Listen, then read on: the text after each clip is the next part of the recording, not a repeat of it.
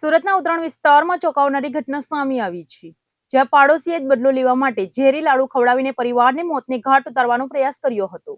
હાલ તમામ લોકોની તબિયત સ્થિર છે, જ્યારે પોલીસે આરોપી મહિલા સામે ગુનો નોંધીને તપાસ શરૂ કરી છે. સુરત શહેરના ઉત્તરાયણ વિસ્તારમાં એક ચોંકાવનારી અને ગંભીર ઘટના સામે આવી રહી છે, જ્યાં પાડોશી વચ્ચેનો વ્યક્તિગત વિવાદ જીવલેણ બનતા બચી ગયો છે. મળતી માહિતી અનુસાર ઉત્તરાયણના શાલિગ્રામમાં રહેતા ગોરધનભાઈ ડોંડાના પરિવારને નિશાન બનાવીને ઝેરી લાડુ ખવડાવવાનો પ્રયાસ કરવામાં આવ્યો હતો. આ મામલે પોલીસમાં ફરિયાદ નોંધાઈ છે અને આરોપી તરીકે પાડોશમાં રહેતી ઉષાબેન નાકરાણીનું નામ સામે આવ્યું છે. પ્રાથમિક તપાસ મુજબ ઉષા નાકરાણીની દીકરીએ થોડા સમય પહેલા ભાગીને પ્રેમ લગ્ન કર્યા હતા. આ મામલે ઉષાબેનને એવી શંકા હતી કે ગોરધનભાઈના પરિવારનો તેમની દીકરીને ભગાડવામાં કોઈક રીતે હાથ હતો. આ શંકાને કારણે મનમાં ઠેસ રાખીને ઉષાબેને બદલો લેવાનો નિર્ણય લીધો હતો. ઘટના 10 એપ્રિલની છે, જ્યારે ગોરધનભાઈના ઘરના ઉંબરે એક થેલી મૂકેલી હતી. આ થેલીમાં બુંદીના લાડુ હતા. પરિવારે આ લાડુને પ્રસાદ સમજીને ખાધા હતા, પરંતુ લાડુ ખાધા બાદ જ ગોરધનભાઈ અને તેમના પરિવારના સભ્યોને અચાનક ચક્કર આવવા લાગ્યા હતા અને ઉલટી શરૂ થઈ ગઈ હતી અને કેટલાક સમય બાદ તેઓ બેભાન થઈ ગયા હતા. પરિસ્થિતિ ગંભીર બનતા તાત્કાલિક તેમને નજીકની ખાનગી હોસ્પિટલમાં ખસેડવામાં આવ્યા હતા, જ્યાં ડોક્ટરોની તાત્કાલિક સારવારથી તેમની હાલત સ્થિર કરવામાં આવી હતી. આ દરમિયાન ઘરમાં બચેલા લાડુઓની તપાસ કરતા ચોંકાવનારી વિગતો સામે આવી હતી. લાડુની અંદરથી ઝેરી અનાજની ગોળીઓ મળી આવી હતી, જેના કારણે સ્પષ્ટ થયું છે કે આ સમગ્ર ઘટનામાં પરિવારને ઝેરી પદાર્થ આપીને નુકસાન પહોંચાડવાનો પ્રયાસ કરવામાં આવ્યો હતો. ઘટનાની જાણ થતાં જ પોલીસ તાત્કાલિક હરકતમાં આવી હતી અને સમગ્ર મામલે તપાસ શરૂ કરી હતી. હાલ પોલીસે આરોપી ઉષા નાકરાણી સામે ગુનો નોંધી વધુ તપાસ હાથ ધરી છે. આ ઘટનાએ તે વિસ્તારમાં ભારે ચકચાર મચાવી દીધી છે, કારણ કે પાડોશી વચ્ચેનો વિવાદ આટલા ગંભીર સ્તરે પહોંચી ગયો કે જીવલેણ પ્રયાસ સુધી વાત પહોંચી ગઈ. હાલ સદભાગ્યે પરિવારના તમામ સભ્યો સુરક્ષિત છે અને તેમની તબિયત સ્થિર હોવાનું જાણવા મળ્યું છે, પરંતુ આ ઘટના ફરી એકવાર યાદ અપાવે છે કે વ્યક્તિગત વિવાદો ક્યારેક કેટલાક ખતરનાક રૂપ લઈ શકે છે.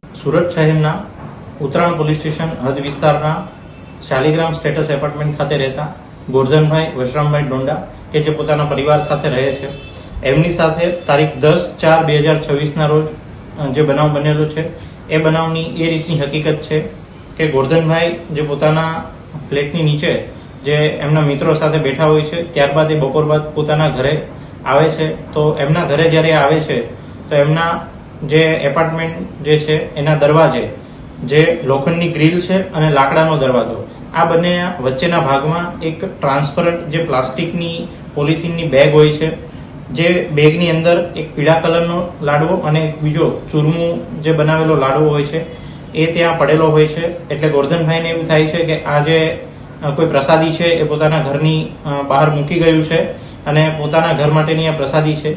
એટલે એ પ્રસાદી લઈ અને ગોરધનભાઈ જે છે એ પોતાના ઘરે જાય, અંદર પ્રવેશ કરે છે. અંદર એમના પત્ની, એમના દીકરાની વહુ અને એમની પૌત્રી આ પણ હાજર હોય છે. એમાં ગોરધનભાઈ જે છે આ પ્રસાદી જે છે એની અંદરથી થોડો જે પ્રસાદી છે એ ગ્રહણ કરે છે અને એમના દીકરાની વહુ પણ જે છે એ આ પ્રસાદી થોડી લે છે. એમના ગોરધનભાઈના ધર્મપત્ની અને એમની પૌત્રી જે છે આ પ્રસાદી લેતા નથી. હવે આ પ્રસાદી લીધા બાદ ગોરધનભાઈ જે છે એ ફરીવાર પોતાના મિત્રો સાથે બેસવા માટે નીચે ચાલ્યા જાય છે. થોડીવાર પછી એમની તબિયત જે છે એ બગડે છે અને એમને એ બેભાન અવસ્થામાં હોય છે. એટલે એમના મિત્રો જે છે તાત્કાલિક સુરતની જે ખાનગી હોસ્પિટલ છે એમના ખાતે એમને લઈ જવામાં આવે છે અને પરિવારને આ બાબતની જાણ કરવામાં આવે છે. થોડા સમય બાદ એમના દીકરાની જે વહુ છે એમને પણ આ પ્રસાદી લીધી હોવાથી એમની પણ હાલત જે છે એ બગડે છે અને એમને પણ એ જ રીતે ખાનગી હોસ્પિટલ ખાતે સારવાર માટે ખસેડવામાં આવે છે. ત્યારબાદ એમના દીકરાની વહુ જે છે એની સારવાર બાદ એમને રજા જે આપી દેવામાં આવે છે અને એમાં પ્રાથમિક તબક્કે એનું થોડું નિવેદન લેતા એવું જાણ થાય છે કે આ રીતની કોઈ પ્રસાદી એમણે લીધેલી હોય છે. ત્યારબાદ ગોરધનભાઈ જે છે એમની જે તબિયત જે છે એ સ્થિર થતા એમને પણ જ્યારે હોસ્પિટલમાંથી રજા આપવામાં આવે છે અને આ બાબતે જ્યારે એમના પરિવાર સાથે ચર્ચા કરી અને જ્યારે એમનું નિવેદન લેવામાં આવે છે ત્યારે એમને આખી વિગતવારની જે હકીકત છે એ સામે આવે છે કે એમણે જે પ્રસાદી પોતાના ઘરની અંદર લઈ ગયા એ પ્રસાદીના લાડવાની અંદર કોઈ એવું તત્વ હતું કે જેના લીધે આ જે છે એ એમની સાથે જે છે એમની તબિયત આ રીતની ખરાબ થાય છે. તો ત્યારબાદ એમને પોલીસને જાણ કરવામાં આવે છે. એટલે પોલીસ જે છે તાત્કાલિક ઉત્તરાયણ પોલીસ સ્થળ પર પહોંચે છે અને જે છે એ જાણવા જોગ દાખલ કરે છે અને આ કામે જે મીઠાઈનું સેમ્પલ છે પ્રસાદીનું એ પણ હસ્તગત કરે છે અને બીજી જે ટેકનિકલ એનાલિસિસ છે એની મદદથી પણ પોલીસ જે છે એ તપાસ ચલાવે છે. તપાસની અંદર કેટલાક શંકાસ્પદ લોકો જે છે એ સામે પોલીસની સામે આવે છે. ફરિયાદી પણ એક બાબતે જે છે એ શંકા વ્યક્ત કરે છે પોતાના પાડોશીની સામે, અને સીસીટીવી કેમેરાને પણ ચેક કરવામાં આવે છે. ફરિયાદીની ઘરે જે સેમ્પલ હતું, જે પ્રસાદી લેવાથી જે બીમાર થયા છે, એ જ સેમ્પલ એમના પડોશમાં રહેતા જે ઉષાબેન મહેન્દ્રભાઈ નાકરાણી છે, એ પણ શાલિગ્રામ સ્ટેટસ ખાતે જ રહે છે, એમના ઘરમાંથી પણ મળી આવે છે આ શંકાસ્પદ વસ્તુ છે. એટલે એ નમૂનો પણ એફએસએલ ખાતે જે છે એ સેમ્પલિંગ માટે જે છે મોકલવામાં આવે છે. ત્યારબાદ આ કામે જે ઉષાબેનનું નિવેદન લેવામાં આવે છે, તો એ પૂછપરછની અંદર એ પોતાની આ જે ગુનો છે એ સ્વીકાર કરે છે.